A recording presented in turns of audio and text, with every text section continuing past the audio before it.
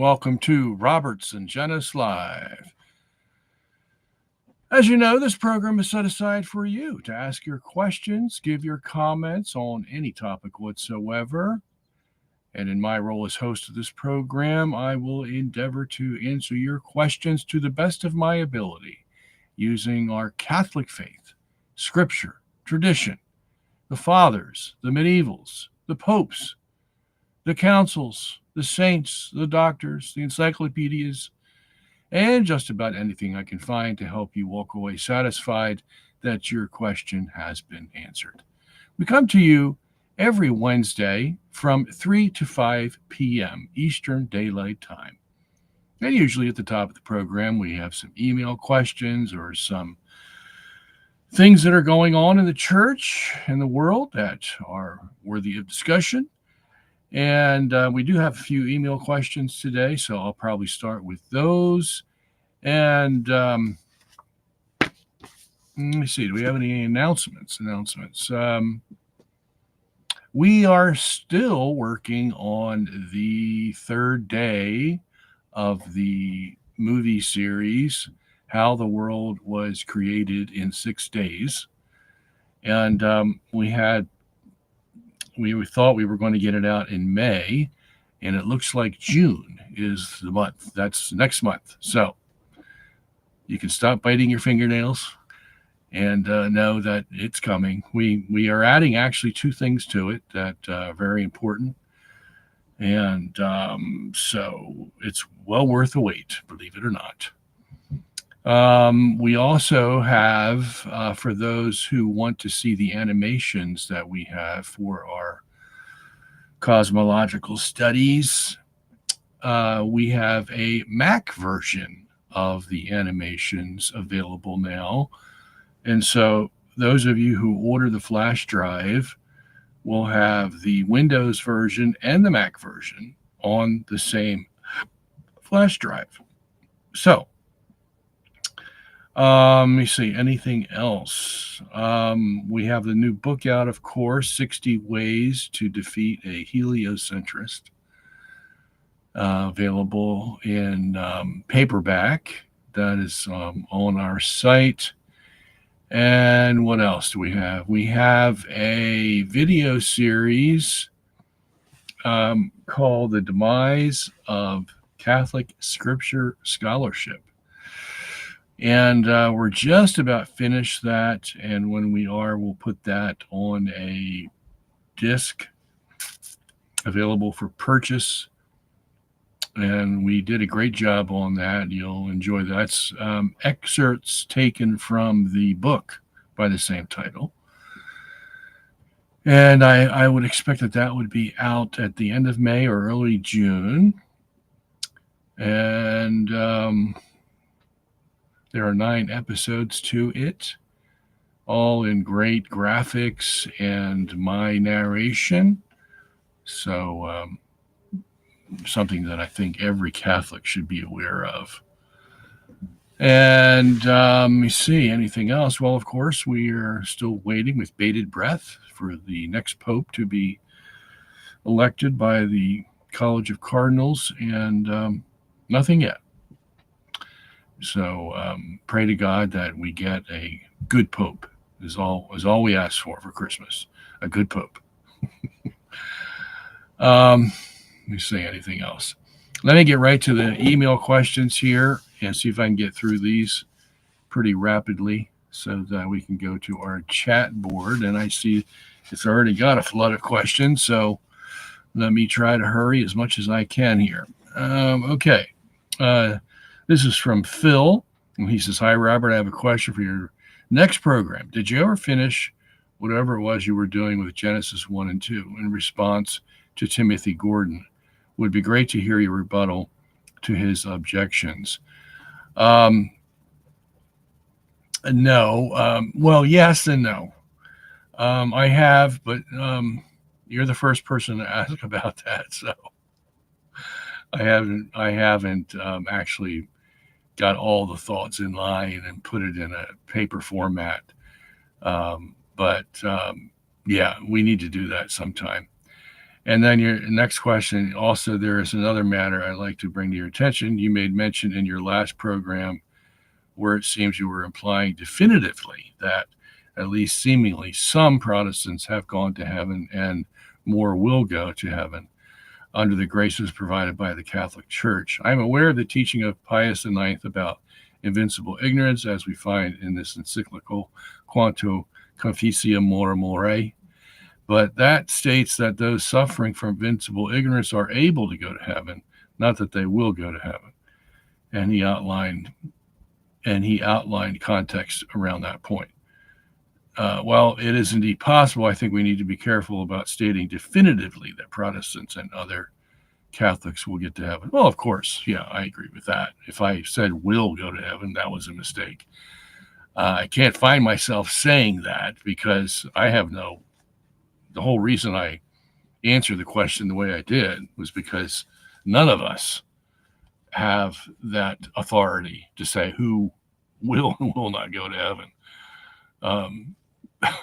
That includes Catholics, by the way. So, yeah, we definitely want to say that they're able, it's possible, God has given them a pathway, but it's all up to God. He's the judge. We're not the judge. And that's one thing I will definitely keep saying over and over again. None of us are to say who is going to heaven or who is going to hell. That's God's business and only God's business. And I'm glad God's going to be the judge and not some of my enemies, because they would never allow me into heaven. Okay. This is from Chan. Question: Galileo was convicted for being a suspect of heresy, right? Right. Which says a lot about whether geocentrism was regarded as a matter of faith, right? Right. Anyway, my question is, are theological centers a good way to study Catholic doctrine? As a sort of case studies, I mean an alternative to positive doctrine like Denzinger or Ott. If you can recommend this, where can I find these centers? Well, you mentioned them, Denzinger and Ott. I mean, they're the best and the easiest to use. If the church has anything formal, I'm not aware of it. Okay.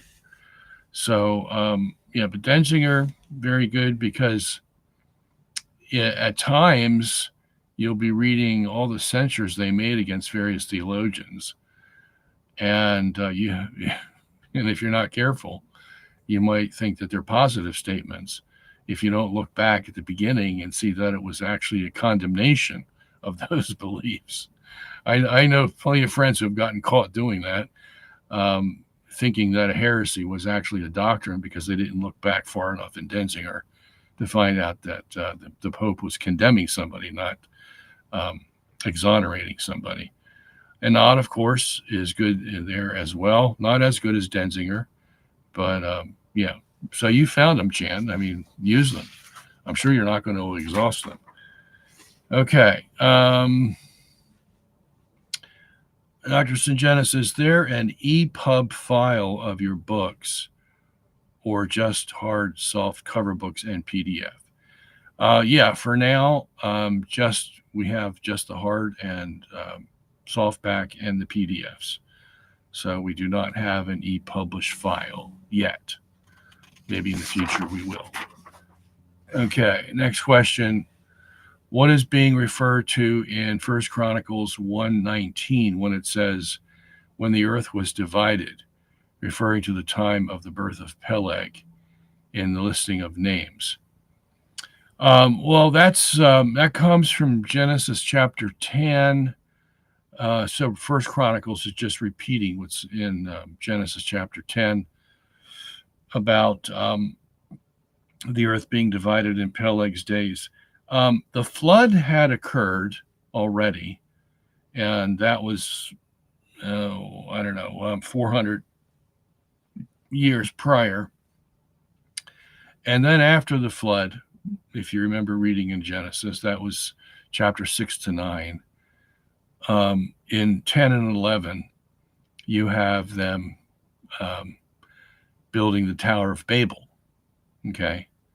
And what happened at the Tower of Babel? Well, they tried to reach heaven by building a big tower. And I'm sure you've seen pictures of what they thought that tower looked like, but I'm sure it was, and it shows the capabilities of those people at that time, because it's not an easy task to build something that's vertical and is very high and has to be stable, you see. The higher you build it, the more chance there is of it coming down because of gravity if you don't build it right. So you have to know what you're doing. So they were pretty smart at this time. And that's about 400 years after the flood. Because Peleg's dates, he died in 2189, I think it was. You can look in my Luke commentary and you'll see the genealogies of Genesis 5 and 11 from the Masoretic text, from the Samaritan Pentateuch, and from the Septuagint, because their numbers are a little different from each to each. And you'll see there from the Masoretic text that Peleg died in 2189, 400 years after the flood. And as they were building this tower to get to heaven, God came down and confused their languages. In other words, each man started speaking a different language. And that's where the origin of all our languages come from today, at least the rudiments of them. Now, you might get, languages like, French, Italian, Spanish, which are very similar, called the Romance languages, that are offshoots of the main languages that came from the Tower of Babel. So we don't want to say that all the languages that we have today came from the Tower of Babel.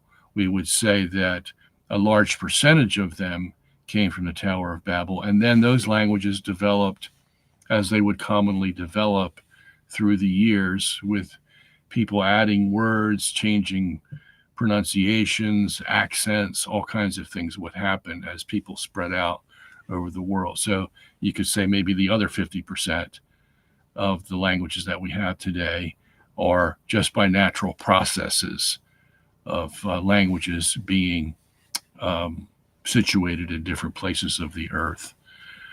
But the reason it says the earth was divided in those days was because of the Tower of Babel.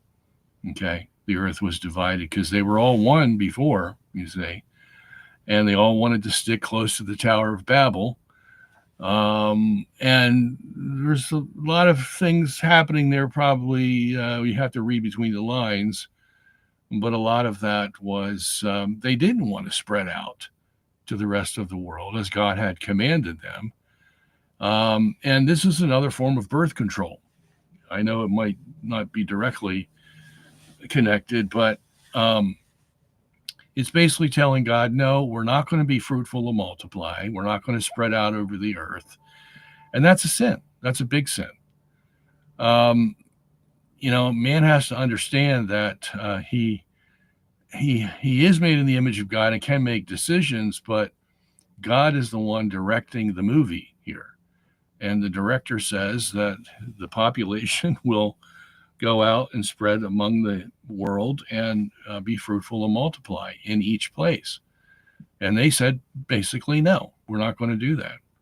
And so that's why God's judgment came. And that's when he divided men from men, because if you can't speak the same language together, of course, you're going to end up departing from one another, which is what happened. And that happened in Peleg's days when he was born, was about 2130. So he died in 2189. So probably 22 something is when that occurred, that division occurred. And again, check my Luke commentary because I have all those genealogies broken down year by year, person by person, to let you know what was going on at the time. And how we can keep a clock from the time of Adam through all the way to Christ, and then, of course, to today. One thing I found that you might find interesting is, the evolutionists. This is one slam dunk I would consider against evolutionary theory, because evolutionists claim that human beings first appeared on the earth at about 300,000 BC. Now they use BCE, so don't be confused by that. Just take the E off and you got BC. Some say 200,000, and there's even one, what's his name, Dalrymple, who says 90,000. Okay, so they're not even sure, but it doesn't really make any difference, because if you, let's say we'll start with the first one that the Smithsonian Institution says is the true appearance of man, 300,000 BC. Okay, and you apply what we know about population growth to that time period. For example, what we know about population growth. Between 1850 and 1950, the population doubled. In 1850, we had 1.2 billion people on Earth. In 1950, we had 2.4 billion people. So between 1850 and 1950, the world population doubled. And the doubling is the amount of years it takes for the population to double, which is called the t-value.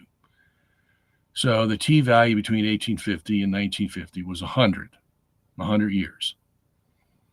Then from, let's say, 1950 to 1985, we had a doubling of the population from 2.4 billion to 4.8 billion. Now that's only 35 years. Okay, so the t-value there is 35. So that's a pretty low t-value. Okay, but usually your t-value is going to be from, let's say, 50 to 150 for any given time on this earth. Okay. In the land of Egypt, when Jacob went to Egypt because of the famine, and the Israelites, all 70 of them under Jacob, came to Egypt, they lived in a special land that God had set aside for them, that Joseph had set aside for them, called the land of Goshen. Now, this is a very fruitful land. Climate was perfect. Water was plentiful. Food was plentiful. And in that environment, the Israelites had a t-value, and you know what that is now, a t-value of 30. So that means the population doubled every 30 years. That's pretty low. That's the lowest we've ever seen in history. And that's because they were well taken care of. And this is how they had 600,000 men 430 years later. And if you have a wife and one child for each man, not necessarily saying that every one of them were married, but, the larger part would be, you'd have at least 2 million. And that's just with one child. Okay. So that's how they got from 70 to 2 million in 430 years, because the population doubled every 30 years. So why am I saying all this? Well, because if let's say you start from the flood, which would be, let's say, rounded off 2500 BC. It was actually 2529. If you round it off, it's 2500 BC. And you go to our present day, which is 2025, And as of April 29th, we have 8.23 billion people on the earth. That means we went from 8 people in 2500 to 8.2 billion people in 2025, which is about 4,500 years. Okay. So what's the T value in that 4,500 year period? The T value is about 152. So on average, it took 152 years from the flood to, it took 152 years to double the population. So you went from 8 people to 16 to 32 to 64 to 128 to 256 and onward and onward. Okay. Now, if you were to take the same figures, and we're pretty familiar with them now, okay, and let's say you had a T value of 152 from the time man started in 300,000 BC, so say the evolutionists. Okay, all right. Now, let's say time passed, the population doubled every so often, 152 years, it would double, as it has doubled since the flood to now. How many people would you have in, say, 6,000 years? Okay, so 6,000 years, that would be from 300,000 BC to 294,000 BC. How many people, if they all survived? But that's what the T value implies, you see, that by this certain time, no matter how many cataclysms you have, no matter how many diseases, because it's all incorporated in the T value, how many people would you have? Well, you're not going to believe this, but you would have 2 trillion people on the earth in just 6,000 years if you had a T value of 152. Okay? 2 trillion. So the logical question, Mr. Evolutionist, is where are all the people? When we go digging for bones, like we have scoured the earth in the last 75 years looking for fossils, because the evolutionists want to find that intermediate fossil to shut the creationists up. They can't find it, but they've done the digging, okay? And in the digging, they very rarely find human bones. They'll find some, but not only will they not find 2 trillion human skeletons, they're not going to find hardly any at all. And so the whole theory, you see, is bankrupt, because they would have to account for these 2 trillion somehow, if that's what the population growth tells us, from normal population growth, not something extraordinary, or, the other way where you have hardly any people growing. Just take the average. You should have 2 trillion people in 6,000 years. And that's not even saying what you would have for the next 6,000. Now you're up in the quadrillions or the quadrillions. Okay. I mean, it's just ridiculous. The earth could never sustain that. It can hardly sustain what it has now. Okay. And and it doesn't matter if he wants to start from 200,000 or even 90,000, as Dalrymple does. That's the lowest we can find.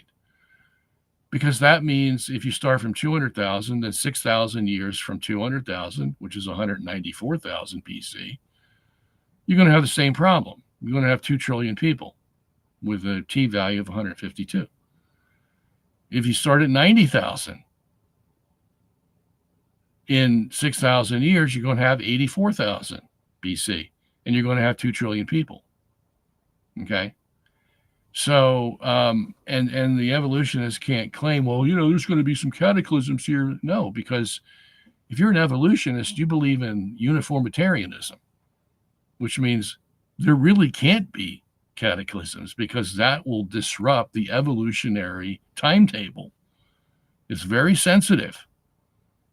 So they have to have a pristine environment, you see.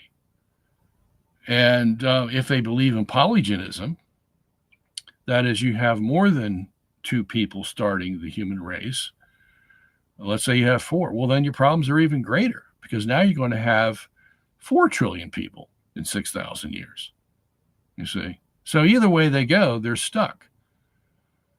And there's a verse in Romans 9:28. You have to get the proper translation for it. It's not easy Greek reading. But basically it says that God is doing a short work on the earth. A short work on the earth. In other words, a few thousand years. That's it. So this whole idea of the evolutionists and the long agers that, is billions or millions of years, blah, blah, blah, blah. No, not according to Romans 9:28. It says God's going to do a short work on the earth. Get it all wrapped up quickly, you see. And that falls right in line with the biblical understanding of population growth. Because look at this. I mean, it's amazing. If you start with 8 people in the year 2529, the year the flood was over and they came out of the ark, and you go to 2025 and you have a average, you use the average t-value of 152, where the population doubles every 152 years, you come out with 8.23 billion people. Exactly what we have today. Exactly. Okay. Now, if you use the t-value of 152, that means we're going to have 16 billion people in the next 100 or so years. And after that, we'll have 32 billion people in the next 100 or so years after that. So you see how rapidly the population can grow. And so, yeah, naturally we can see that somehow God's going to have to end it before it gets too high. And we're getting near that time right now. And again, we can back that up by Romans 9:28. God's going to do a short work on the earth, you see. And this all makes sense, because if the population's going to grow, then you're going to reach some point where the population is going to outstrip the environment. Even God knows that. Now, the Malthusians know it too. They've done the math, and that's what they're scared about. That there's going to be too many, what do they call them? Useless eaters in the world population. Is going to take up all the food, all the energy, and there won't be anything left for the elite people, you see.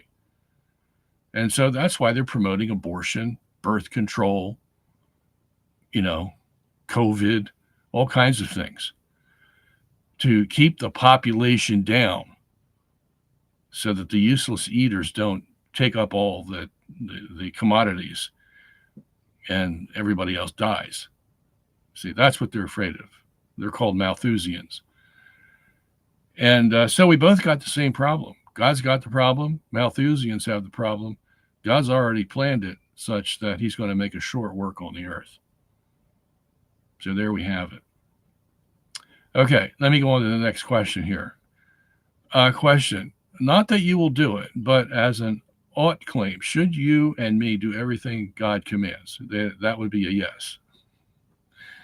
If God commanded you to do today or in the past what he commanded Saul to do in 1 Samuel 15:3, or Abraham in Genesis 22:1 and 2, would you?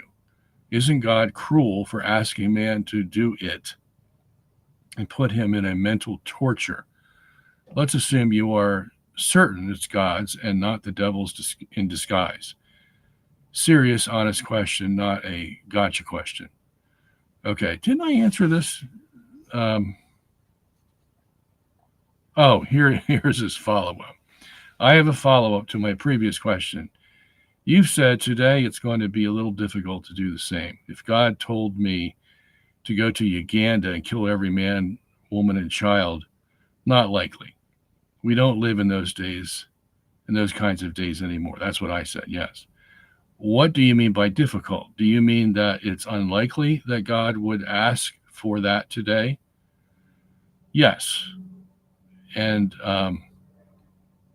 that's basically the thing I was trying to say. God only did that at certain times, and they were very rare. He did it to Abraham because, look, he had to find the right guy.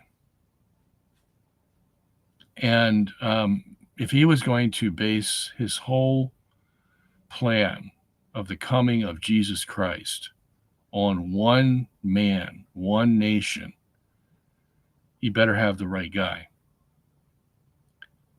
And for God to extend himself that much, where he's going to give his own son, man's going to have to show that with all the graces of God working in him, that he's worthy of God choosing him above everybody else.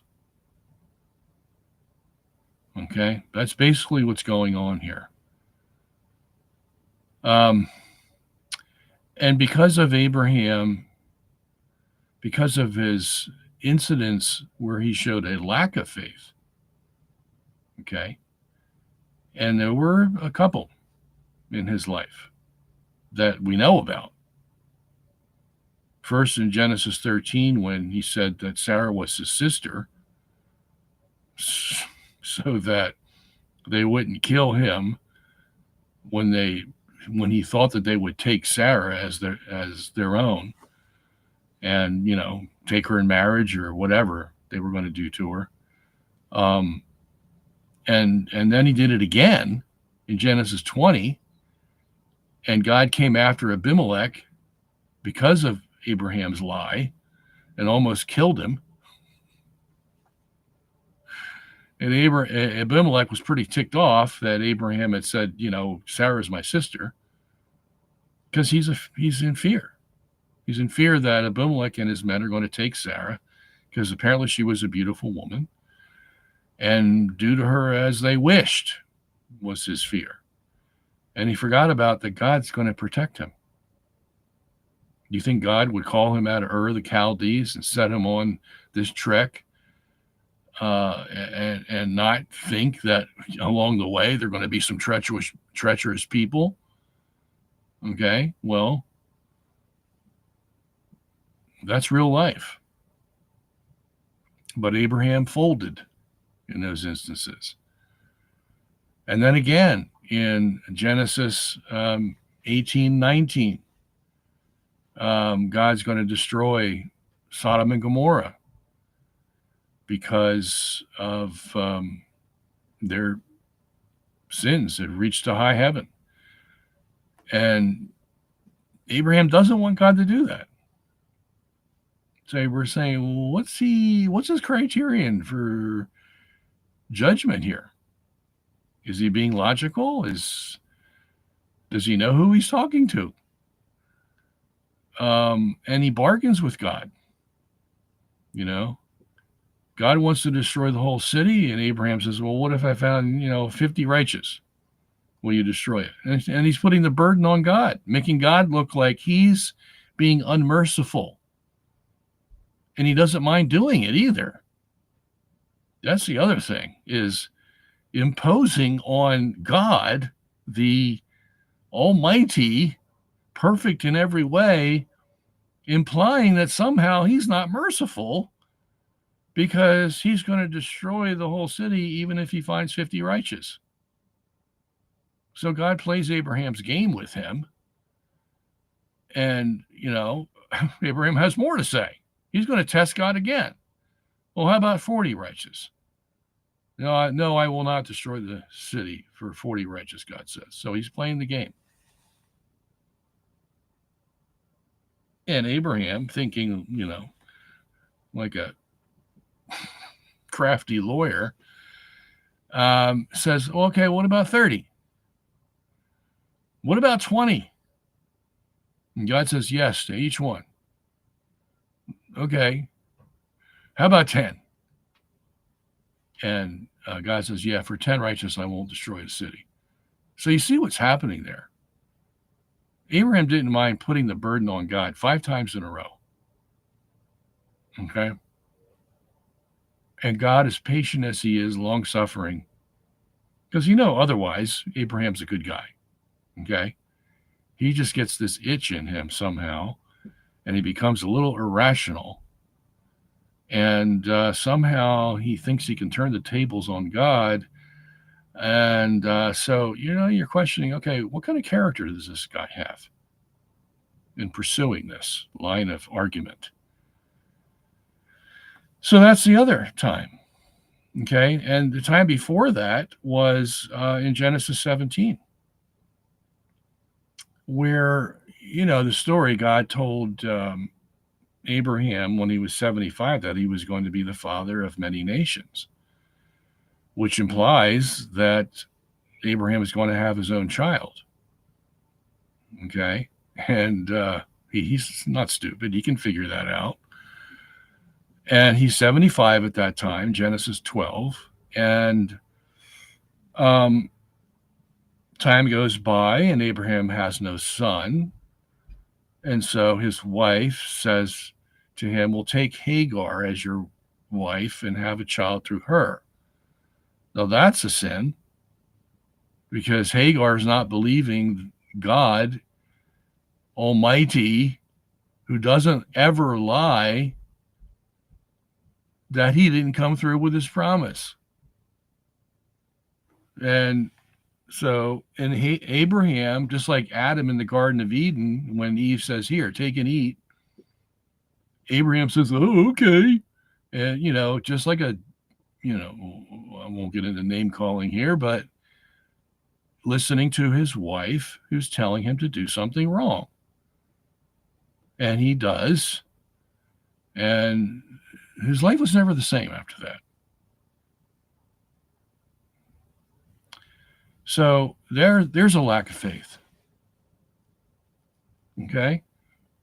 Then the next thing is Genesis 17. This all happens, what I just described all happens in Genesis 16. Then in Genesis 17, God comes to Abraham and Sarah again.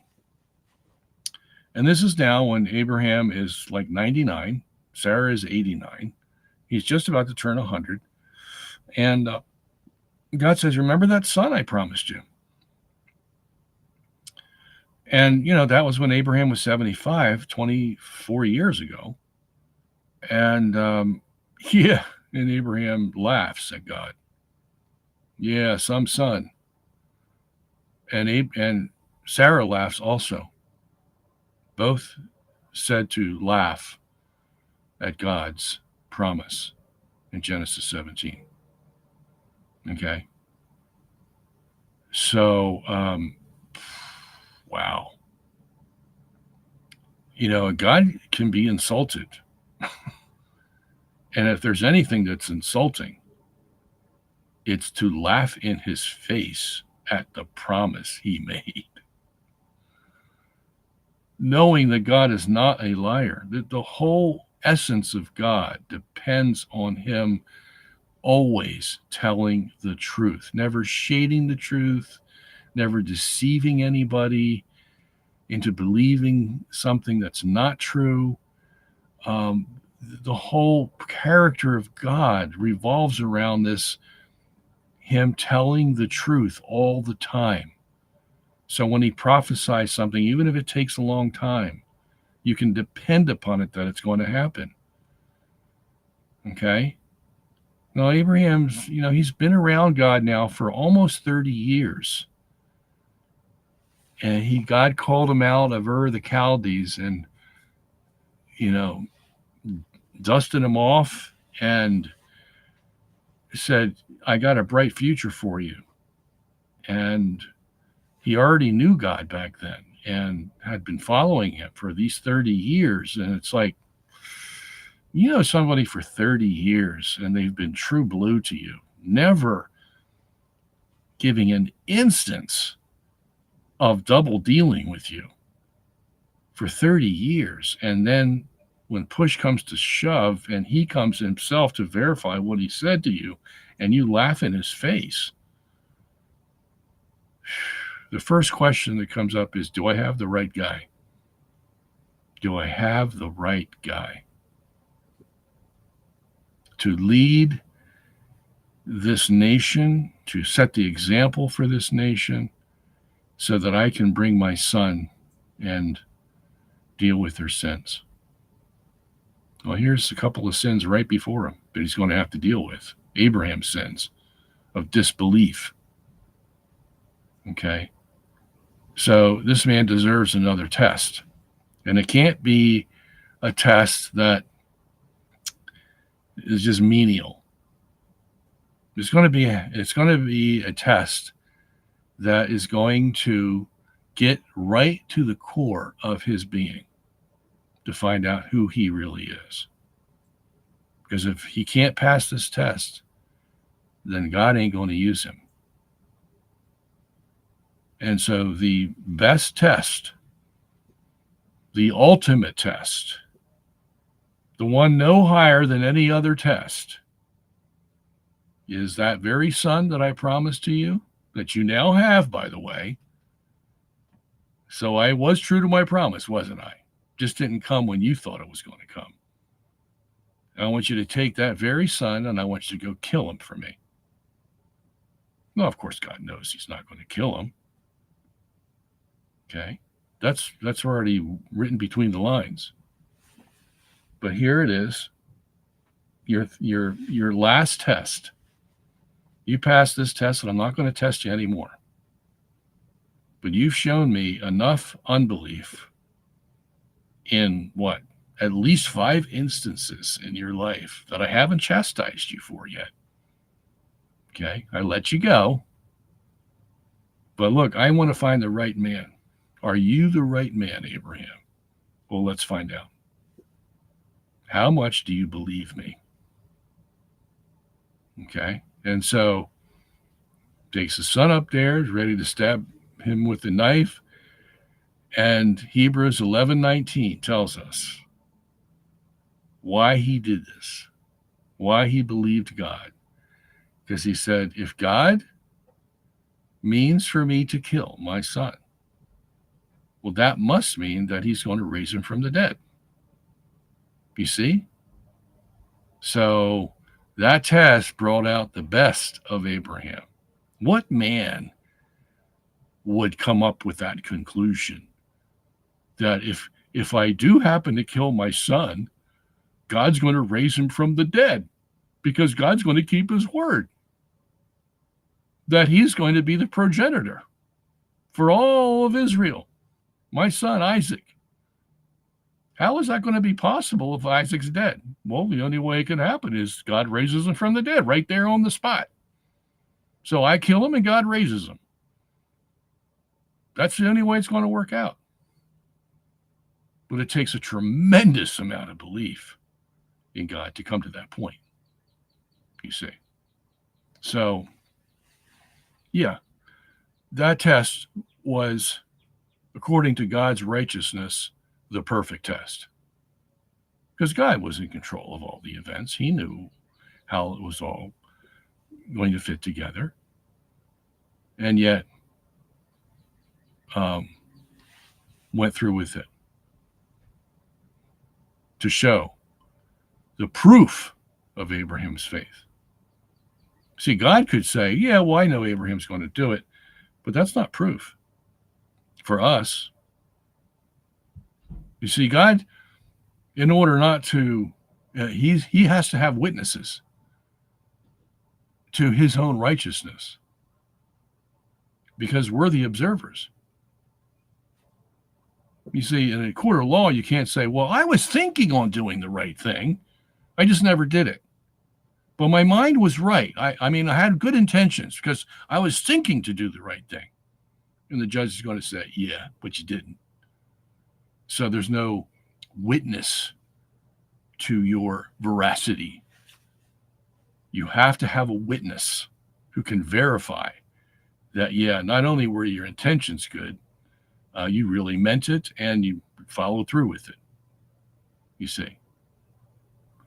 So in that sense, God's in a court of law. you see. And even his own intentions have to be verified, as they were with Abraham.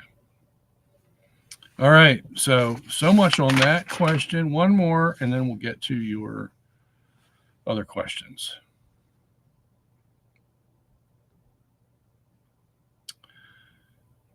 Okay. You stated last week that a cataclysmic event like an earthquake would affect the Earth's rotation if the Earth were rotating because of the little bit of mass that was raised up or altered.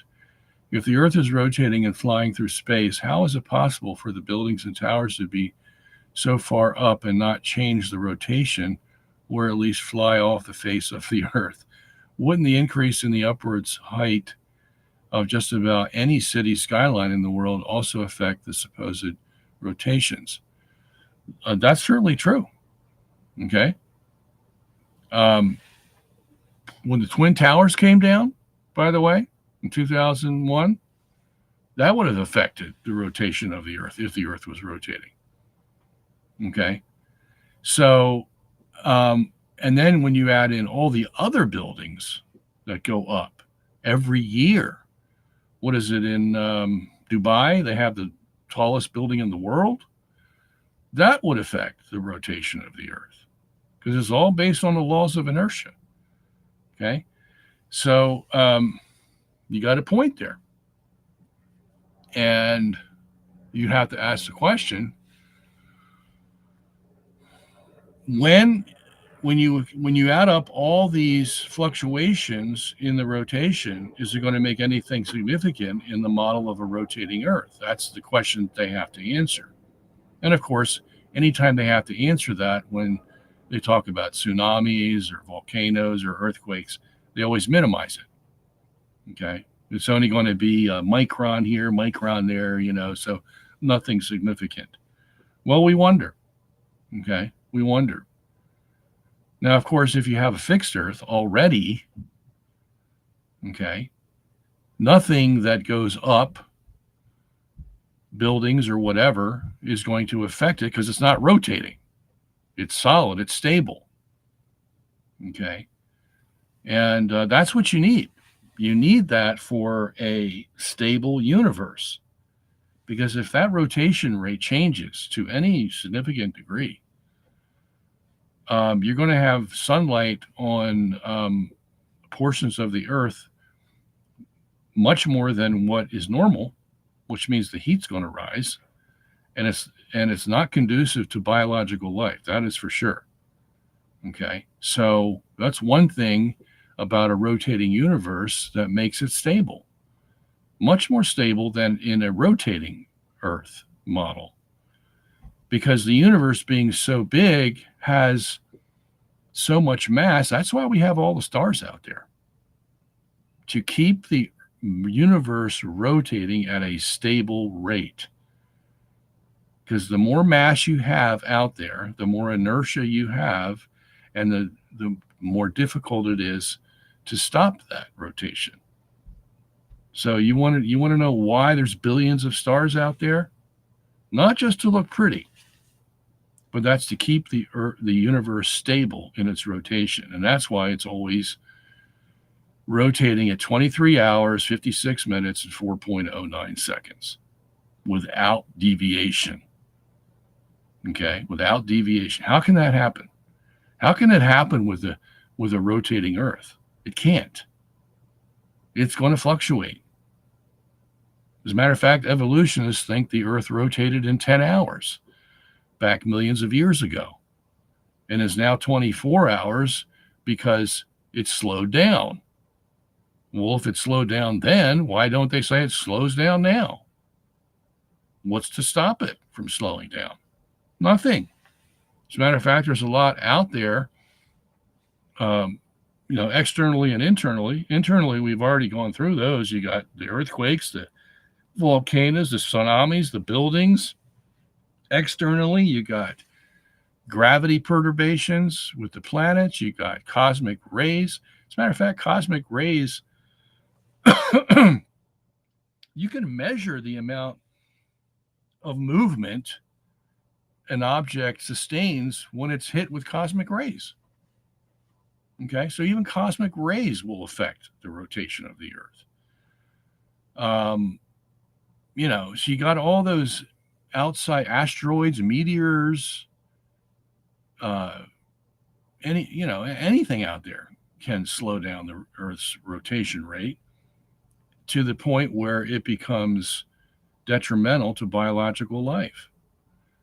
Because you have to have a heat generated, and you have to have a way to dissipate that heat. It can't build up. Otherwise, it's going to hurt biological life. If there's anything else to say.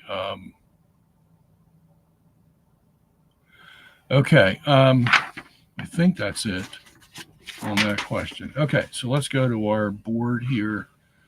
Let's see what's going on. Somebody says 6,000 years will get you 8 billion people with a T of 150 years. And I just happened to come across that here. That would be true, except we don't use that. We use the flood because all the people in the world were destroyed at the flood. So you only have 8 to start with. Okay. So then you go 8, 16, 32, 64, 128, and so on and so on.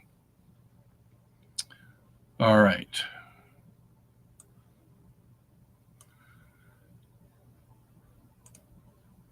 Okay. Jason says, I can't quite get my head around how the Foucault pendulum functions in the geocentric universe. Can you explain in Dumbsky's terms?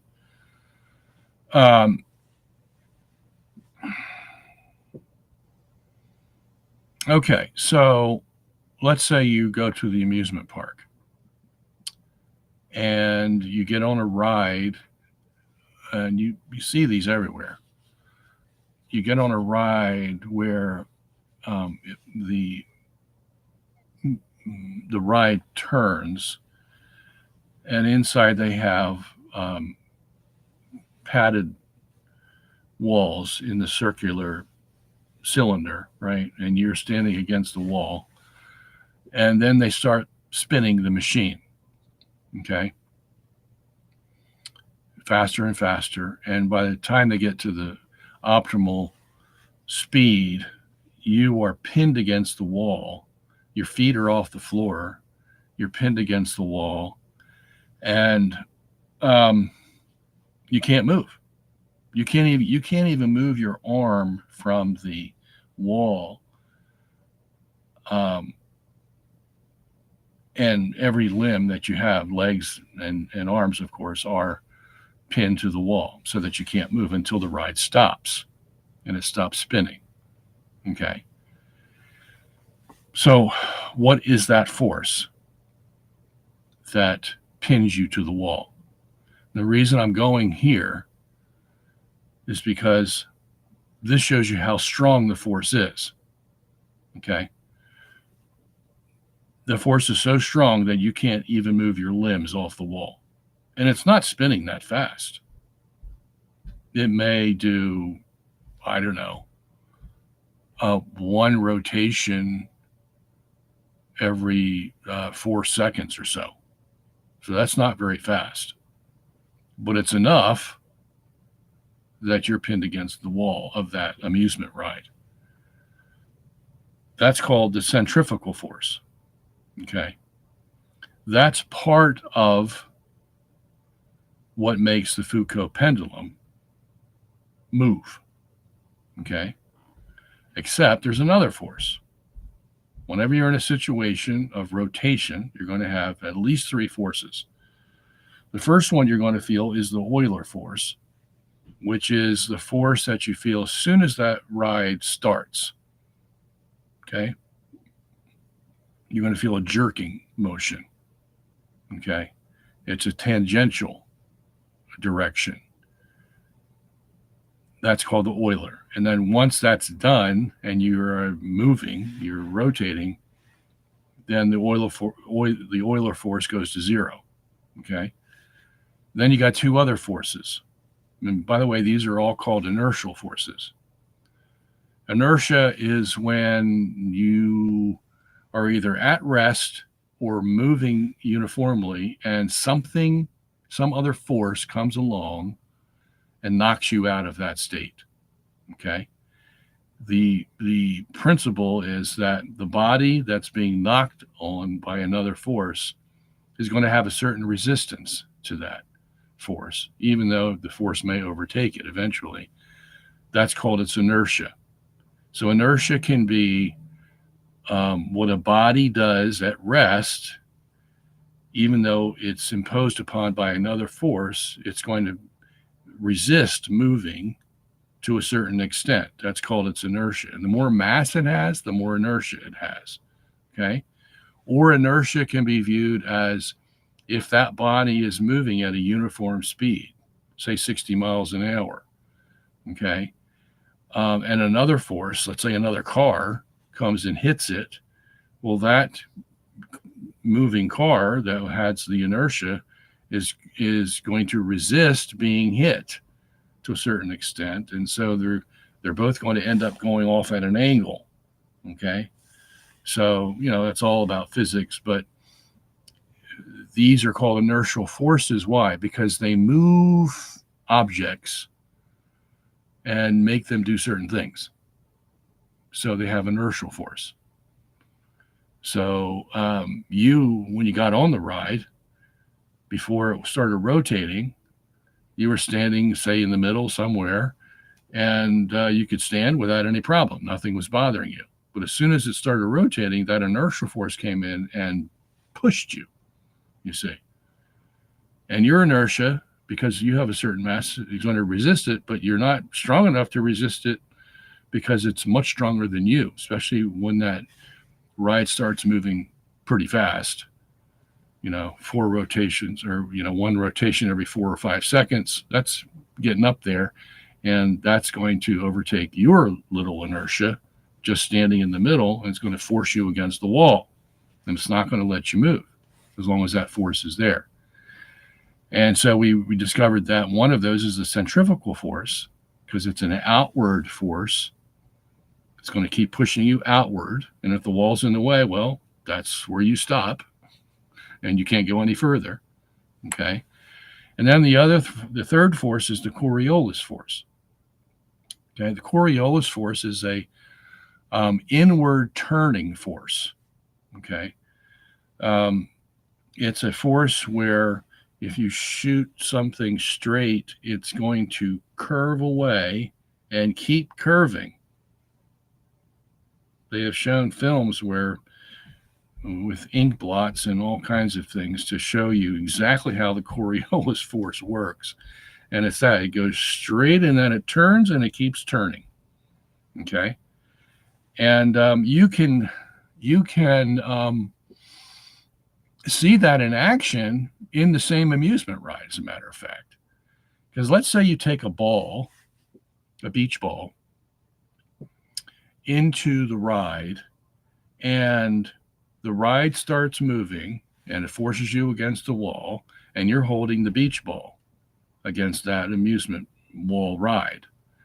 And then after the ride starts going at its regular rate, then you try to throw the beach ball to the guy who's across from you, right across, straight across. What's going to happen to that beach ball? It ain't going to go straight across. Okay. If the amusement ride is turning clockwise, that ball is going to go off to the right. Okay. And it's going to go real fast. You'll be able to see it. If you throw it, it's going to go. Okay.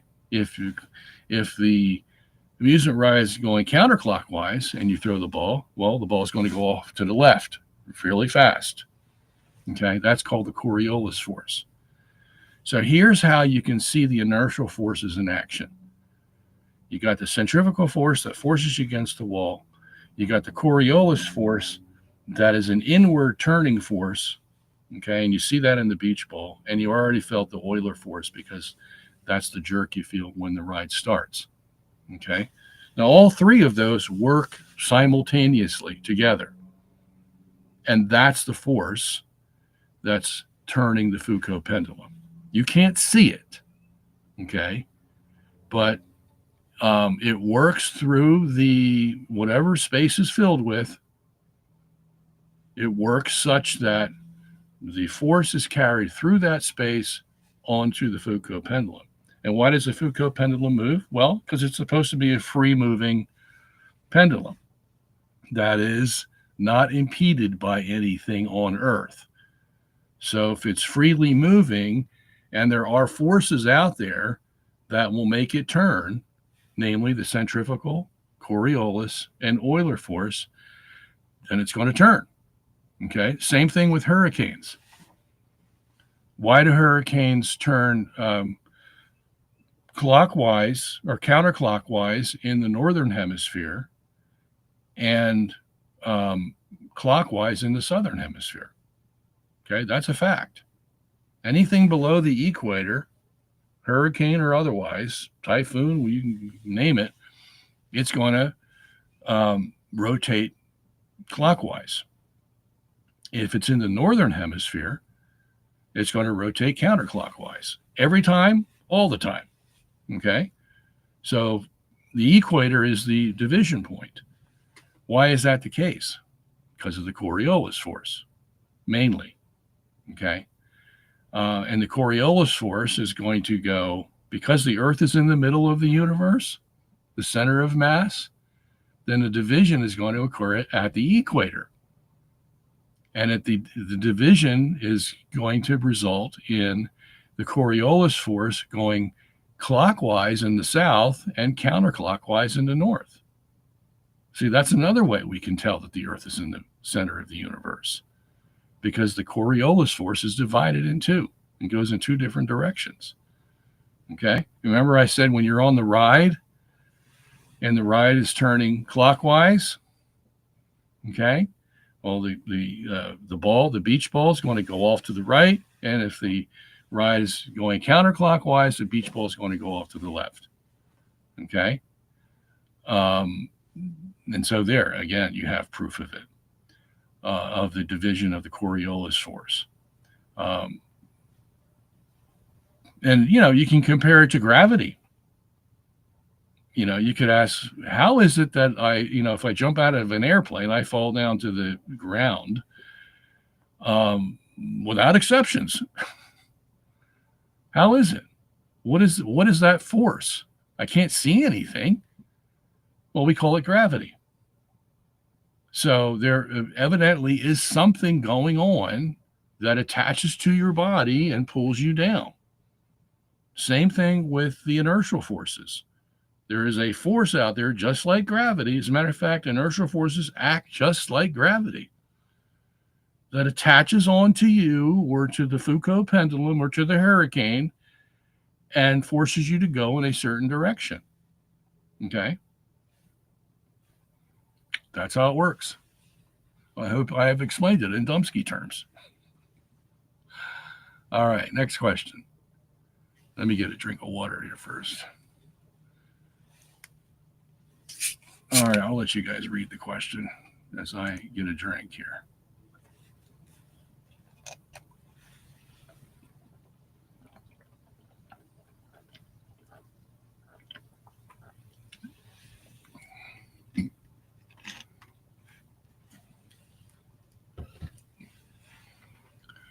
All right, as I understand it, the Catholic Church teaches the Pope will never be Antichrist. Does this protection from being Antichrist extend to any anti-popes that might emerge from the papacy? Well, first of all, the anti-popes were prior to the Antichrist. So we've had 44 anti-popes in the 2,000 years of church history. And most of those come in the medieval period. As a matter of fact, most of them came between 1100 and 1400 AD. Why? A lot of bad things going on at that time, which led to the Reformation period, by the way. And it's amazing we survived at that point in time. And sometimes these popes, the anti-popes, would reign, like, what's the guy's name? Starts with an A. He reigned for 8 years until he got kicked out. So it's possible. It's very possible that could happen.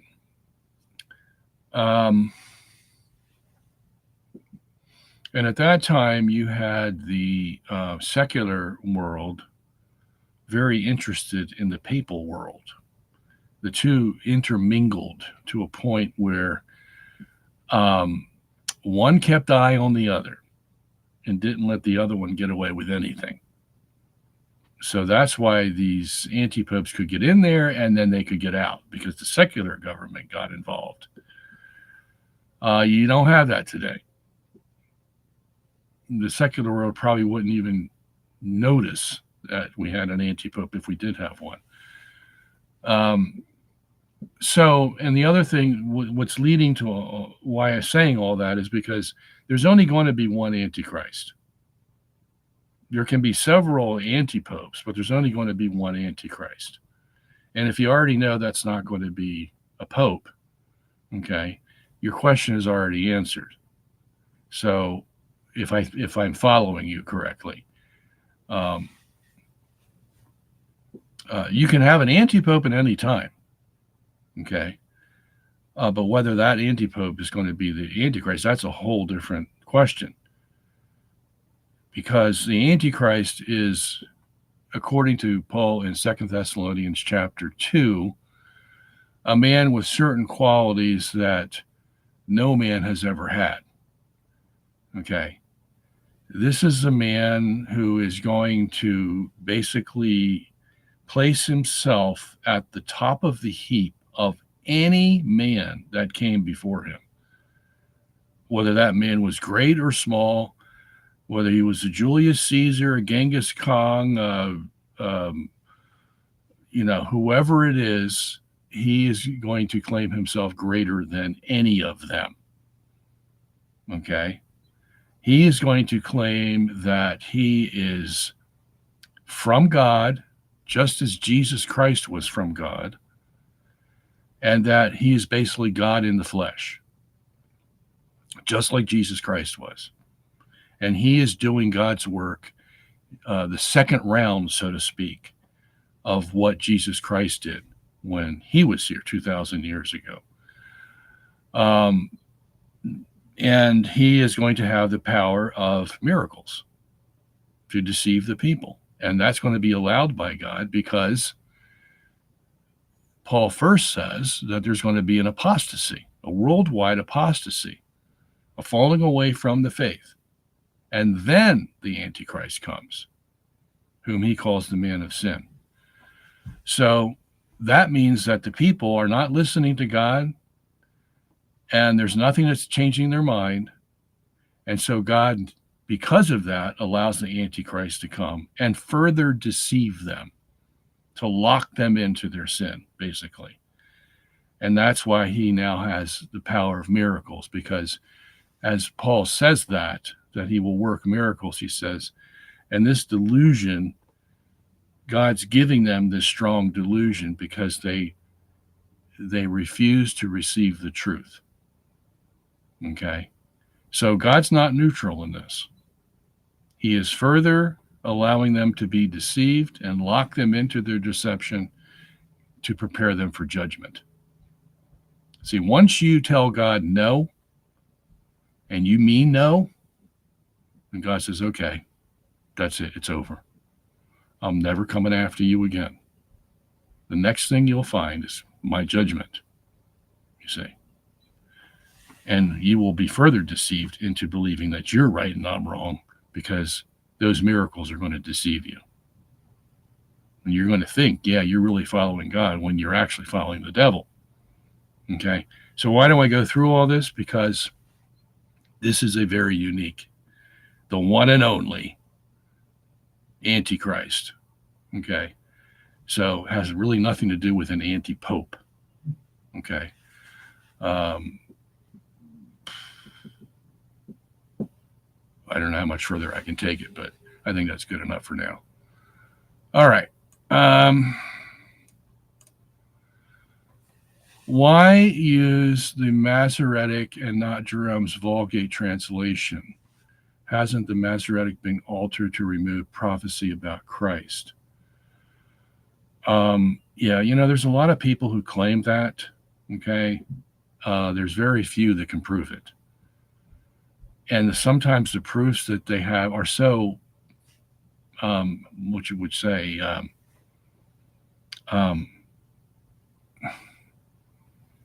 more emotionally based and, looking for something that verifies the Vulgate over the Masoretic text. Look, the Masoretic text is not a translation.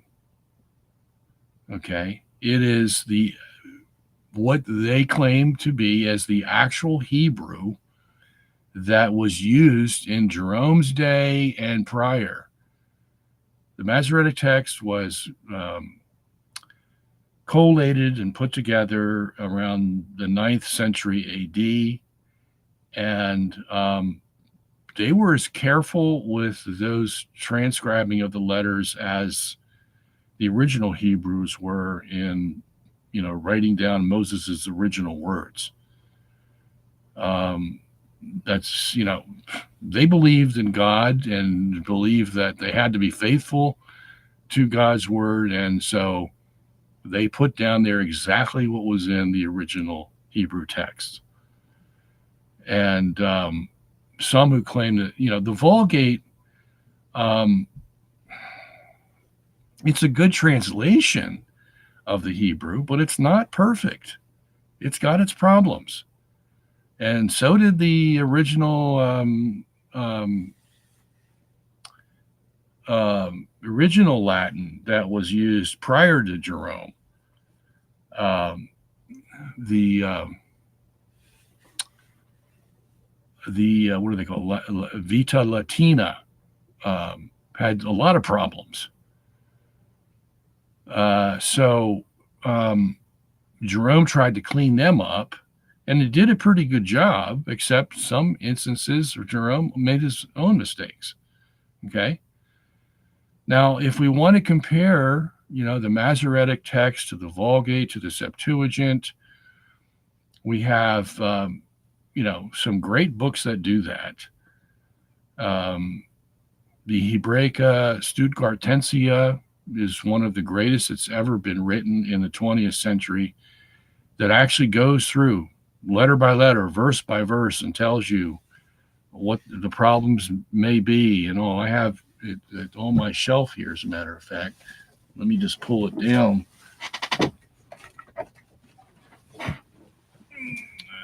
Here it is. This is Biblica Hebraica Stuttgartensia. And what it has in here is, there's your original Hebrew, and then you see all the notes on the side and the footnotes at the bottom. You see those? Okay, every page has those, telling you the source problems, letter problems, word problems. And so let's just flip pages here. You see even more of it. Okay, so we have books that compare the texts, let us know who may have made the mistake, so to speak. Okay, but I would not put any substance to the fact that, the Masoretic text takes out or alters verses that lead to Christ. No, you can't really do that. Like, let's say you have a passage like Isaiah 7. Okay, famous passage that has a prophecy of Christ. Emmanuel.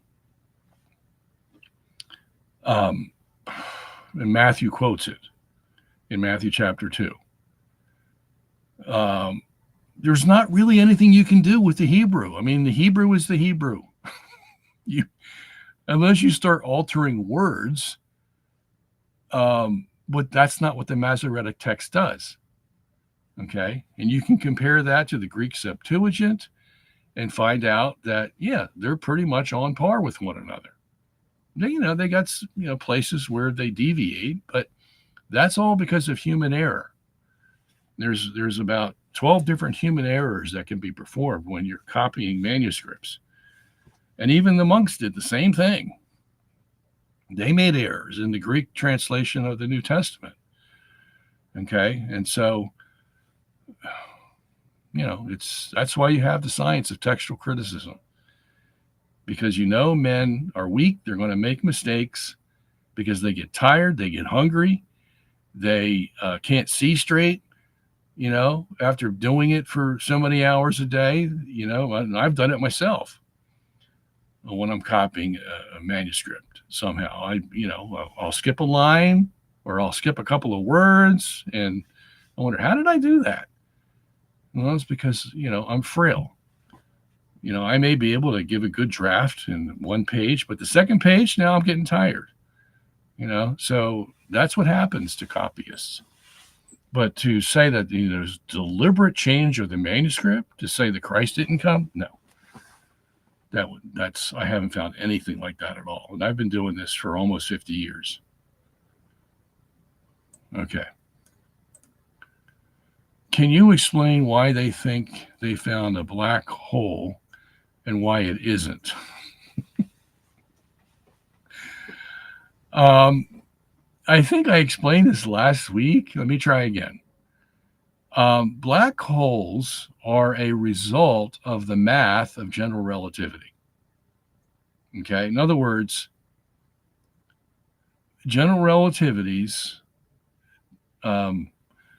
mathematics requires that black holes be the ultimate end of the math.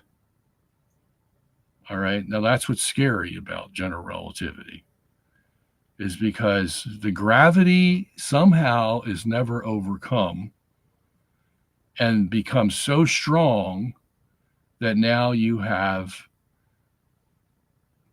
everything affected by it to the point that nothing else can exist. Gravity has eaten itself, you might want to say. That gravity sucks everything in and gets it to the point where it's not functional, viable. Nothing about it is good. It just is just an entity that exists without any normalcy, any function. Okay. And the closest we see to that is a neutron star. Now, if a neutron star, a teaspoonful of a neutron star would weigh 1 million tons, let's say, or 1 billion tons. Why? Because the atom is made up of what? Proton, neutron in the nucleus, and an electron going around it. Okay? So the hydrogen atom has a proton in the middle and one electron going around it. That's the simplest atom we have. And the space between the proton and the electron is 99% of the atom. Okay? So let's say we have a helium atom. A helium atom has 2 protons, 2 neutrons, and 4 electrons. So let's say we took the protons out of that atom. We took all 4 electrons out of that. No, I'm sorry, it has 2 electrons, not 4 electrons. We took the 2 electrons out of the atom, and we're left with the 2 neutrons. Okay, and that's it. Neutrons don't have any charge to them, so they're not ionized. So you just have two neutrons with none of that 99% space. That's gone. You just have the two neutrons. And let's say you did that to, billions of neutrons, billions of atoms. You stripped them of the proton and the electrons, and you just left with neutrons. And then you clumped all those neutrons together. Okay. Well, you got some heavy mass in which the gravity of the neutrons is holding itself together, and it's not functional. There's no normalcy about it. In order to be normal, you need electrons going around the nucleus to make it functional. And that's very close to what a black hole is. Okay. Except that gravity has been the instrument that's caused this to happen. Whereas the neutron stars, it's just the neutrons coming together in a bulk mass and making this star. So, in other words, we know of things that are similar to black holes in, the amount of mass compared to the gravity that they have. And general relativity allows that to happen, the math. And we didn't know that prior to general relativity. We were just discovering that there may be more to outer space than a vacuum. That's what we use. That's what Albert Einstein called it, a vacuum, which assumes that there's nothing there. It's just a vacuum. And yet we found out, no, you can't say that. There has to be something there. Well, what is it? Well, now they're finding out little by little what is out there, and it's pretty massive. Okay.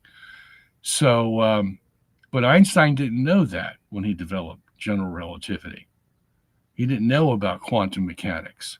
And only afterward did he discover quantum mechanics. And he toyed with this with Rosen and a couple other guys and tried to, get the unified field theory, which he failed at. But black holes are, first of all, what I'm trying to say is they're mathematical. They're mathematical entities that are required by the general theory of relativity. Whether they really exist or not, that's another question. Okay? That's another question. And the scientists out there would love to find a black hole and prove it, because that would verify their, godlike status of Albert Einstein. As physics has been under the reign of Albert Einstein for the last 120 years. And there's some people that don't want to let that go. Okay? And so they'll claim to find black holes here, there, and everywhere, when in fact it may be just a hole in the sky. Okay? Because they have no way to prove that it's a black hole. They can have all these ingredients in the black hole, the event horizon, the Schwarzschild radius, and all this stuff, but they're all names that are put on the math of general relativity. That's all they are. So, and there's other scientists out there, other physicists who don't believe that black holes exist because of this reason, because they're just mathematical artifacts, basically what they are. Okay. So when somebody says, we've seen this black hole, we've had that black hole. Yeah, well, my antennas go up right away and say you haven't proven it. You just assumed it. And you're led to that assumption by the math of general relativity. Okay? All right, let's move on. Oh. Is Acts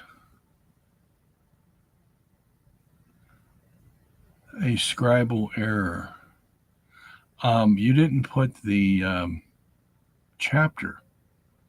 You have ampersand for the chapter, David. Oh, there it is. Okay. Is Acts 7:15 to 16 a scribal error? Well, let's see. Oops.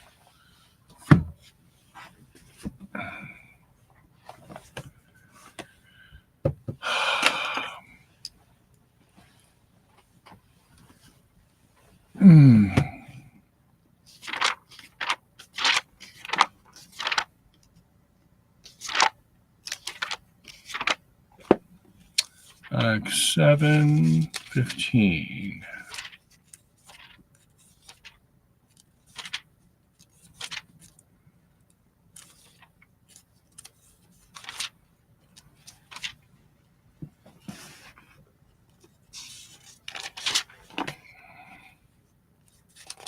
Hold on, I'll be with you in a second there. Okay.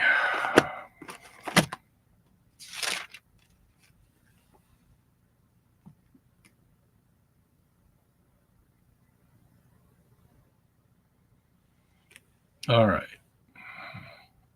In English, it would read, Then Jacob went down to Egypt, where he and our fathers died. In the Greek, kai katabe Jacob es egupon kai etelud senten autos kai hoi patres hemon.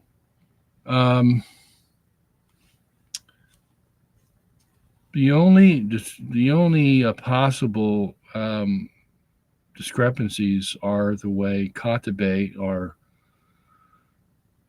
One manuscript has katabe and the other has katabe day. That's it. So there is no textual variance in Acts 7:15. Now you do say to 16. Let me see if 16 has a. All right, 16.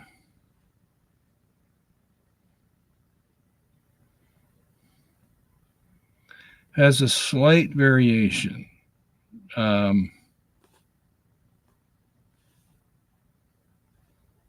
But nothing of significance.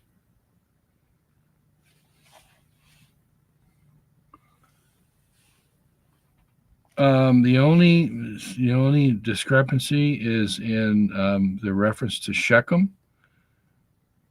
One has two en zeku, and the other has two zeku, which is a very slight variation. So nothing to speak of. So the answer is no. I don't know what that does for you, but there's no scribal error in Acts 7:15, 16. Okay.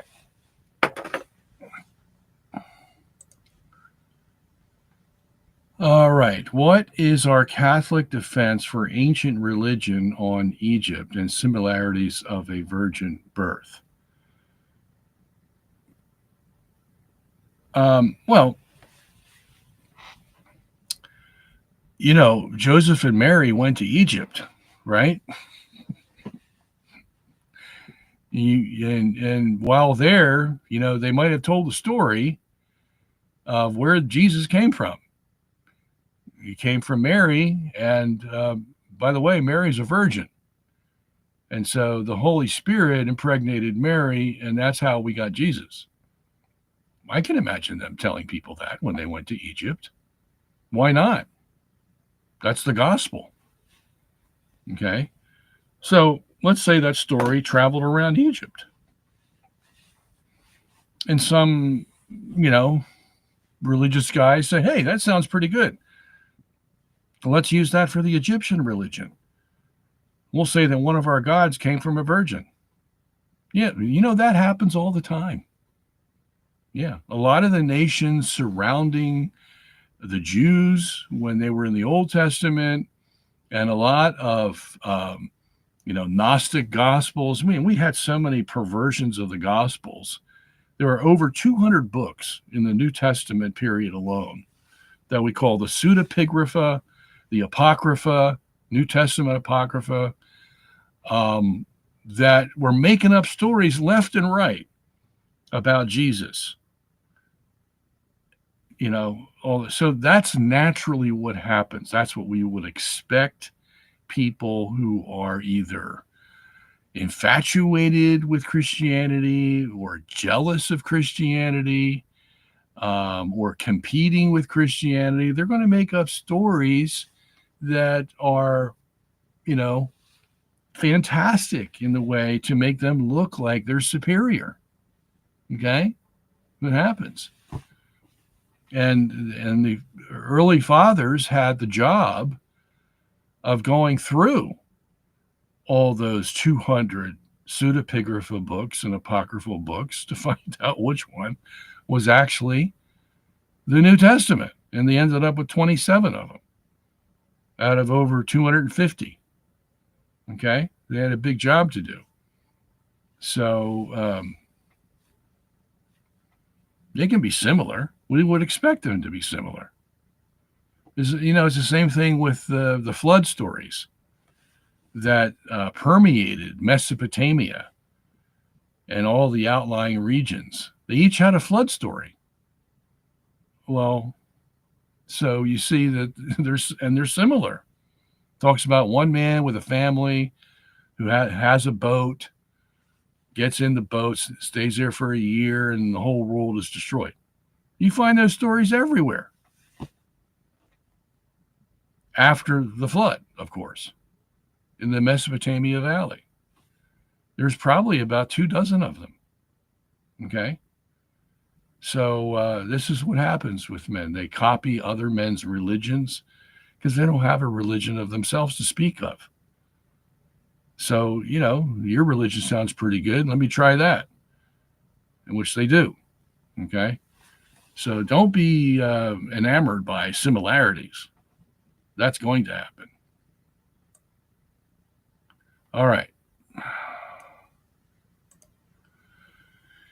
Dear Robert, since the saints and councils condemned all Greek pagan schools, as St. Paulus did, as limited worldly knowledge of the earthly realm, why do modern Westerners make it central to faith?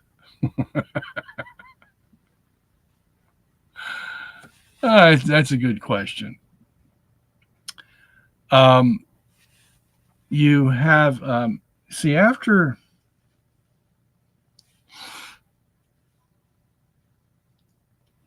in the Enlightenment period, let's say started in the late 1600s and went through the 1700s and 1800s. This is the time where Newton came along and basically showed why Galileo was right and the church was wrong, And so the church was not the bulwark.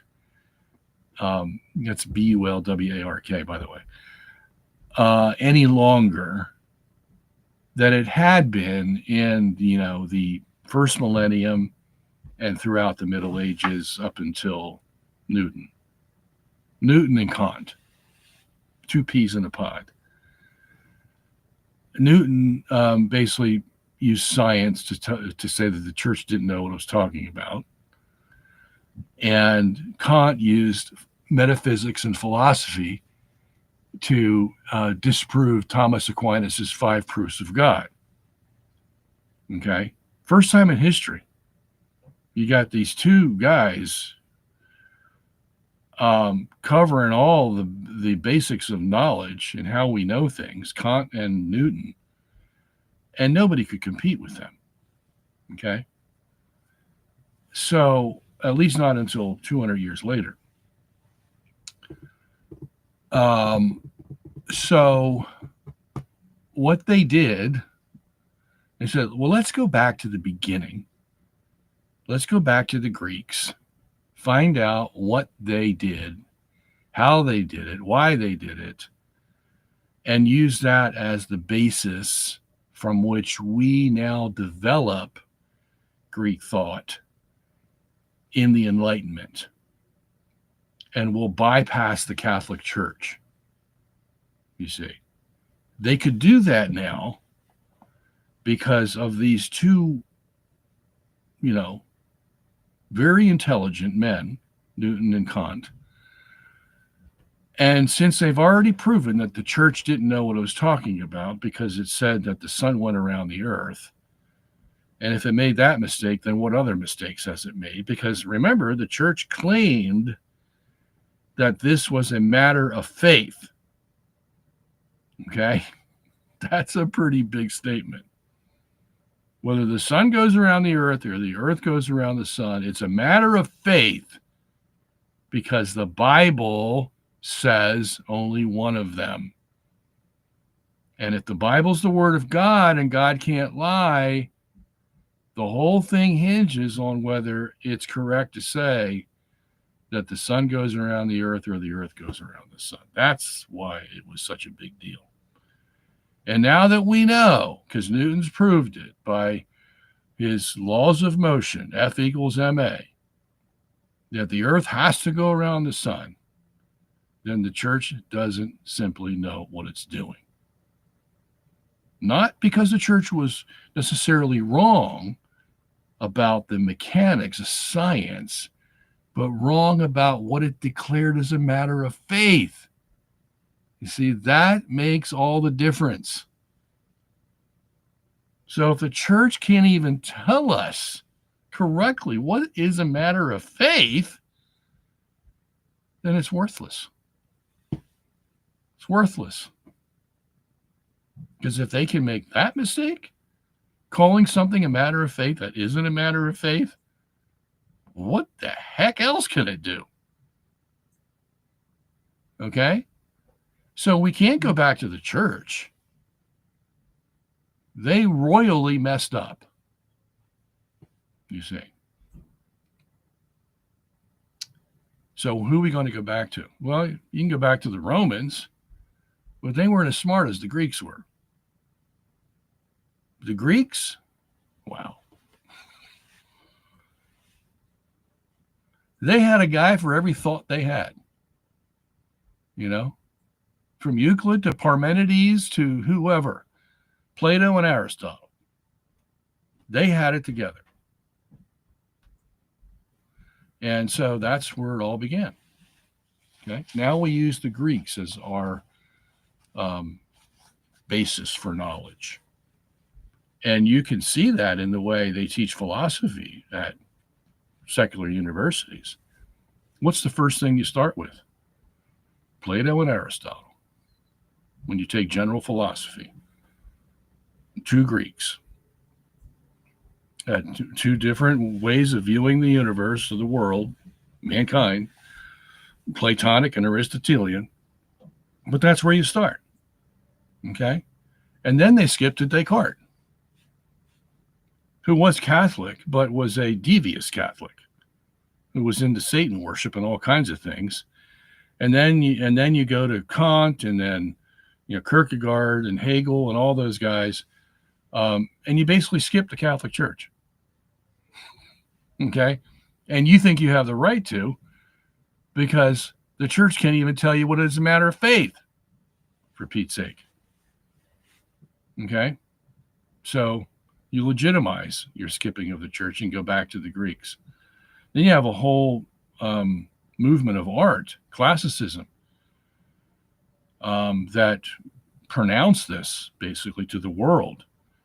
It was 1700, around there, classicism, where you see paintings that had, Greek columns holding up like the Parthenon.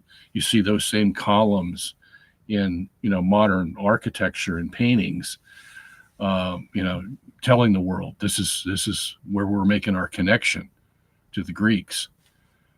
And the Greeks were pretty formidable. I mean, Euclidean geometry, it showed how the world functioned. And at any rate, that's why they do it. Okay. So you can see why I make such a big deal about this Galileo issue. Not because I care about what goes around what. God can determine whatever he wants for that. You know, I mean, he can make it work however he wants. The question is, what way did he make it? And when he told us about it, is he telling us the truth? And if he's telling us the truth, then that's our religion. You see?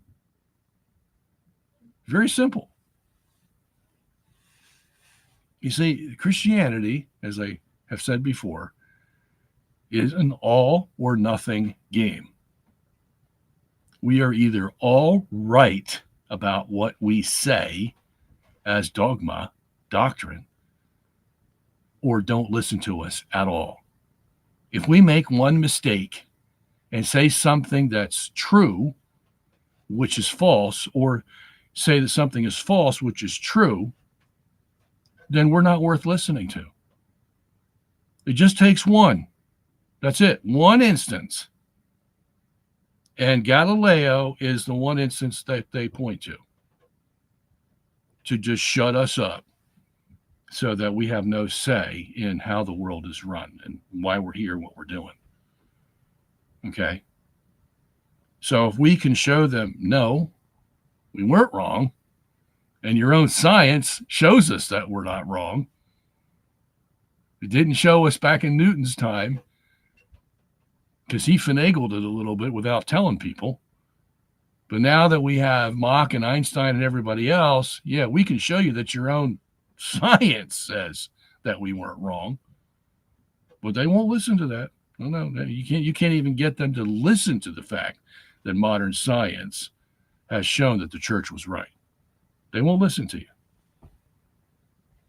including Catholic apologists. You say, yeah, and that's where the problem lies, because they won't teach it.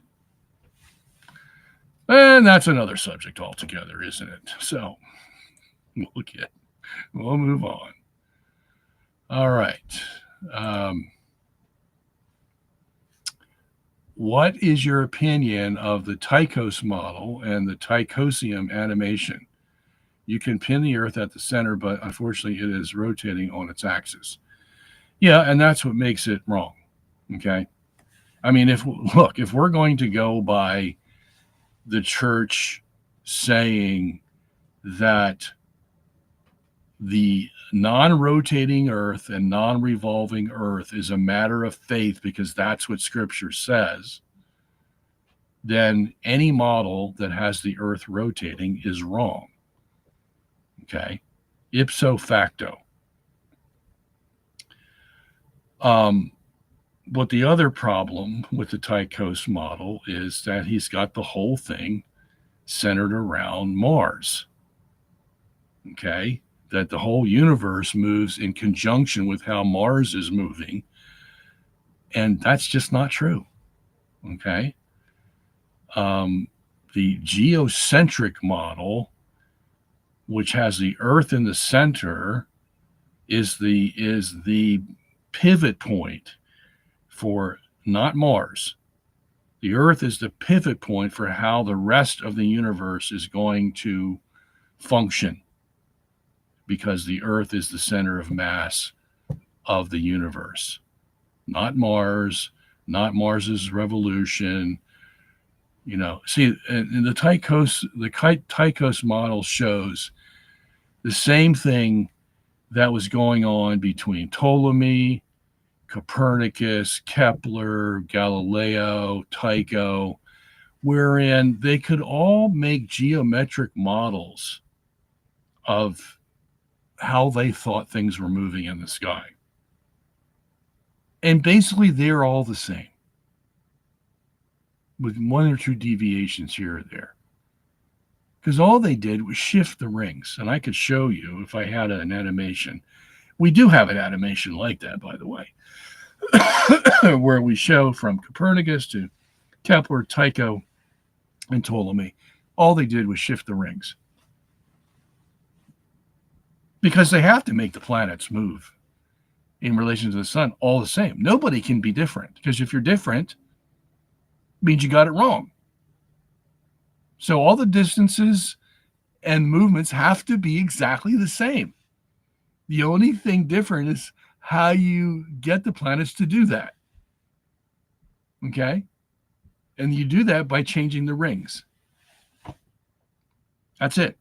That's what you call a geometric analysis of planetary motion. So they were all similar in that way. And the Tychos model does the same thing. Only it uses Mars as the pivot point. Okay. But he's going to have the planets and the sun all at the same distances in every sequence as Galileo's model, Copernicus's model, Ptolemy's model, everybody's model. They all have to be the same. What's different? And this is where the Tychos also fails. And that is, why do they move that way? What forces are there that are making them move in these directions? Newton was the first guy to come along and say, here's why they move in this direction. It's called F equals ma. Okay? First guy in history to do that. That's why he was so famous. And then when you get Kant alongside of him, and Kant said that Newton was the father of science. Okay, there's a 1-2 punch you really can't. I mean, they had it. They had the world in the palm of their hand. So, but that's what the Tychos model is missing. It's missing what are the forces behind the movements that you're claiming that happen with Mars and everything else. There's nothing there. Okay, so that can't be the the model that we use. It's not going to get us anywhere. Okay.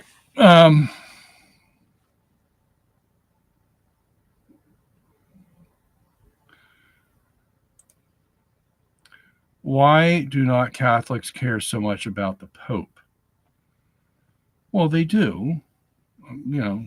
Catholics are a wide range of sentiments and beliefs, and there's over 1 billion of them, and the faith is the Catholic faith. We believe in the sacraments, the Eucharist, everything like that. All there's no deviation there, but there's different ways that they will react to the Pope or their local bishop, for all that matter. You can have a good bishop or a bad bishop or somewhere in between. Same with the Pope. And so people are going to react differently. To other Catholics, look, they don't look that greatly or look with much admiration to the Pope because, look, he's just a man. Jesus Christ is the true head of the church. Okay, and the Pope just fills an office. He's there one day and gone the next. So they limit their adoration to the Pope on that basis. Okay, now there's other people that think the Pope is Christ in the flesh. Pius X said that. Okay, I mean, and that's when you can become so enamored with the Pope that you actually think he's God. And that's not right either. Okay. So people eventually find that there's a balance between the respect you give to the Pope because he's in the papal office and the fact that, on the other hand, he's a man and can make mistakes. Okay. And the only time and place where he doesn't make mistakes is when he says things ex cathedra, infallibly. And they're very rare. So, but, you live with those vacillations between, the Pope being, lifted up and honored and the Pope just being a man. Okay. I mean, that's life. Okay. So, and each group of Catholics is going to react differently to one side or the other. Okay. Some Catholics are more sensitive. Some aren't so. Some are in between. Some are only there for the ride, a lot of them. Some, just can't fathom a pope even saying one wrong word. And if he does, then he can't be the pope. And they become sedevacantists. And it's just, where there's men, there are going to be divisions. That is a fact. And the Catholic Church has the unique ability to minimize those divisions, at least to the point where you can have very, very many diverse beliefs in Catholicism, but they're all under one roof, and that's Catholicism. They all believe in baptism and the Eucharist and, all the other sacraments, and they do believe in a pope, okay? And that's what unifies them. And thank God for that. Because if there's one thing the Pope gives us, and that's unification, whether you like him or not, you're unified under a Pope. As one Pope told us, where Peter is, there is the church. And that's very true, you see. Whether you like the Pope or not, he is the epitome of the Catholic Church. And it will always be that way. As opposed to, Protestant denominations or the Orthodox or whatever, they can't claim that. And thus they divide and continue to divide and divide and divide. So as Catholics have their division problems, at least they hold them to a minimum. The other people can't say that. They just keep dividing ad infinitum. All right. Let's see here. Have you read John Bergsma's book, Jesus and the Dead Sea Scrolls? What do you think of the implied connection between the Essenes and John the Baptist? And what are your thoughts on Bergsma in general? I am not too familiar with John Bergsma. I've heard his name. And I've, wondered, who he is and what he's teaching.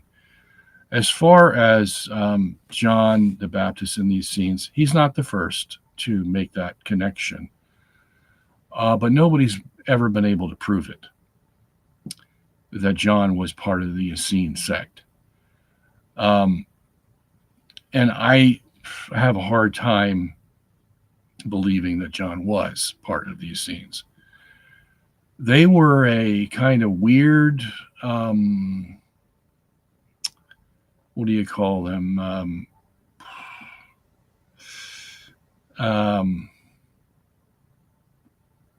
Strict in their eating and their goings about here or there, just a very strict sect. And as was John, and that's why people make that connection. That if John, ate locusts and honey and always dressed in, not the latest fashion, he was strict like they were. And so there's a connection. There may not be. Okay. The New Testament doesn't talk about the Essenes. So whatever we get from them is going to be from whoever wrote the history. And whether you can trust that or not, that's to be decided. We do know about John. And Jesus called John the greatest prophet ever to live.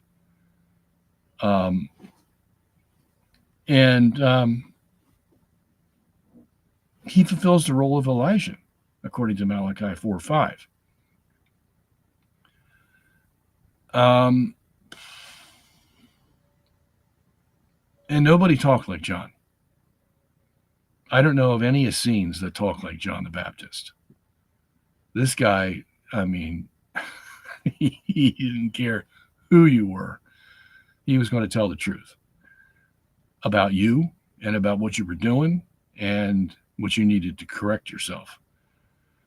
I don't find the Essenes being the gospel preachers like John the Baptist. They were like a sect that was tucked away, tried to get away from society. I don't find John the Baptist doing that. So that's why I have a hard time making that connection. But, I haven't read Bergsma's book. He could have something to say that I haven't considered, and I'm willing to look at that. It's just that it's not on my bucket list right now. So,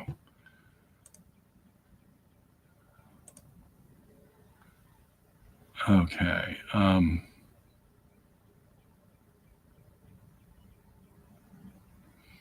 All right, this is Lev. This is my official channel. Please visit it and watch what I posted, Catholic Brothers. Dr. Sungenis is the only known Westerner I will recommend there, unlike grifters like T. Gordon.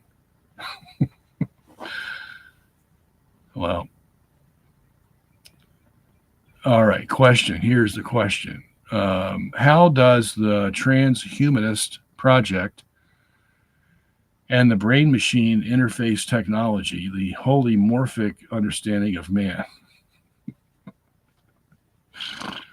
Gotta expect questions like this come today. You say, here's the problem, Ernst. You can make a machine to imitate man. The Chinese have walking, running robots. They can wave to you, and they can sit down and probably play a game of chess with you. Okay, but here's the thing: they don't have a soul. That's what makes us unique.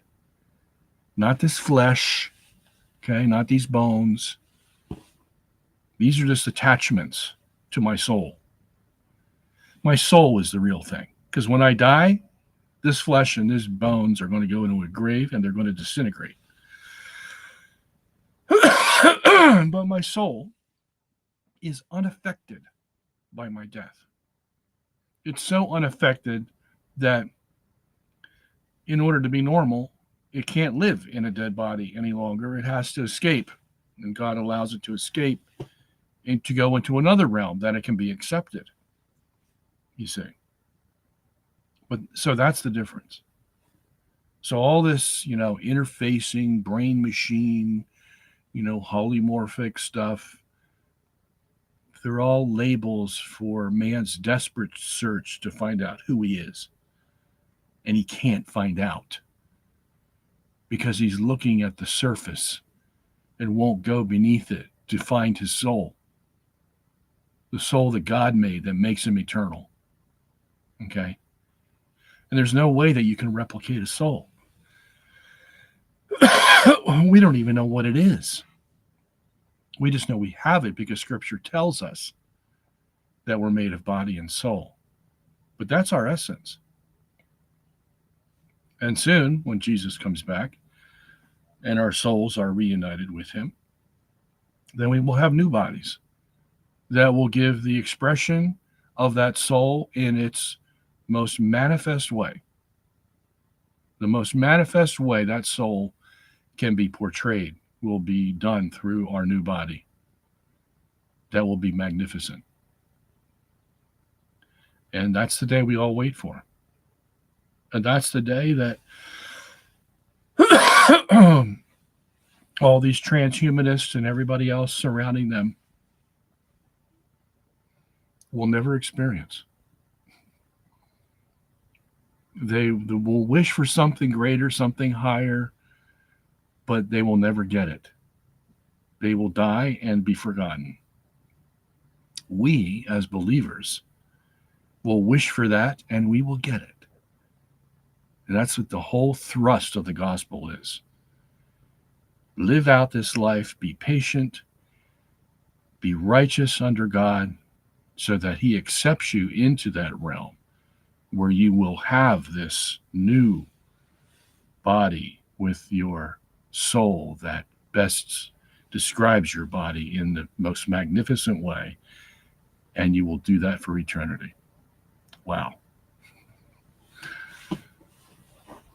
Okay, it is 5:00. Time to go. Sorry if I didn't get to your question. It looks like I only got it down a quarter way to the questions. I tried to go as fast as I could, but All right. So anyway, today's the 7th, April 7th. I'm sorry, May 7th. We'll see you May 14th. In the meantime, stop by our website. I thought I had put that up here. There you go. Stop by our website and see our new products. And if you want to give a donation, we'll gladly take it. And thank you so much for that ahead of time. And I hope I have helped you today. And, my whole goal here is for you, so you can walk closer to your Lord Jesus and be happy and look to the future that will come soon enough. And I hope I have made your day happier because of that. All right, we'll see you again. Take care.